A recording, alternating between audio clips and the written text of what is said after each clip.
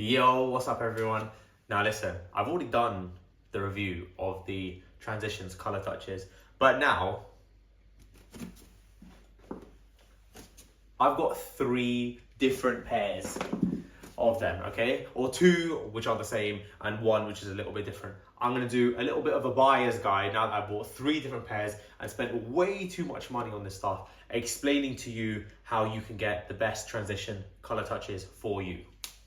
Now, my first review were on these ones, okay? It was these Tom Ford glasses that had the Transitions Color Touch Gradient Wash. As I said in my first video, and I still stand by it, there is absolutely no point in the Gradient Wash. If you can see it against this white door here, there's no color, hardly any color at all. There is no point in getting gradient glasses. Now, you might think, if I want something subtle for the office, or, I just don't want too much color, maybe I should go for gradient. Don't at all. Don't bother. Don't bother. So on your buyer's guide, don't even look at the gradient transitions. There's literally no point. You might as well just get normal glasses. So these, right, okay. So this is my second pair now of the washed colorway, okay? Or color scheme, I guess. It comes in 2 schemes, washed and gradient. This is my second pair of washed and I'm really happy with these. With washed, you are going to want to do a couple of things to make sure that you get what you want. First of all, if you can try them in person, which is almost impossible, still now, I made that video 3 months ago now, and still I haven't seen them in the wild at all. I'm the only one that I know that I've got these, so it's a bit of a problem. If you can go get them in real life and see how they are, great.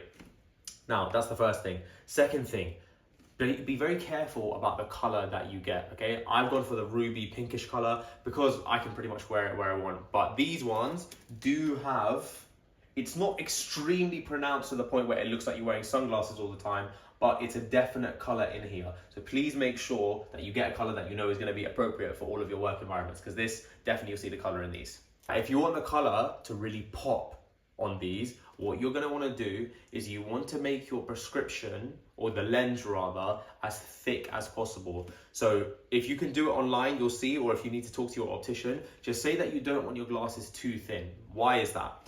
The thinner that you make the lenses, the less color that you'll be able to actually perceive in them. So if you've got a really, really strong prescription and you need your lenses thinned out, which is a good thing because they're going to be way too heavy otherwise, or they'll just stick halfway out the frame and they're going to look stupid. Get them thinned, but don't get them to the maximum thinness index, okay? Which is normally, it will say 1.74. That's the maximum thinness. Don't do that. These are a 1.6, so they're a stage or 2 stages below. So that's how I got this color to be quite pronounced in it. You'll be disappointed with yours. If you've already got a pretty weak prescription, or not so severe prescription, let's say for example you've got a -1 or a -2, don't get them thinned out at all. If you've got a -4, -5, get them thinned, but not to the maximum level. And if you're on -6, then pretty much you can get them thinned out as much as you want, because your prescription is so strong anyway that the lenses will be thick and the color will be very pronounced. All right, now if you can tell with these ones, these are very, they're almost clear. They've got like a grayish kind of translucent effect going on these ones. If you can tell on these, the color does, or it should look a little bit more, like it pops out a bit more. And that's because these are clear. So on clearer frames, your color touch glasses will pop more. So if you want them to be a bit more subtle, go for a black frame. If you want them to be a bit more, showy or whatever, go for a clear one.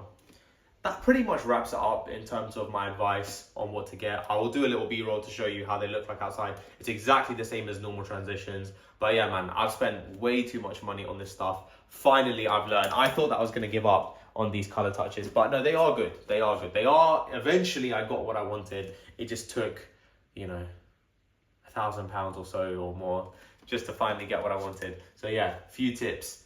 Make sure you pick the color very, very carefully. Make sure that it's something that you'll be comfortable to wear in all environments, especially if these are going to be your main glasses.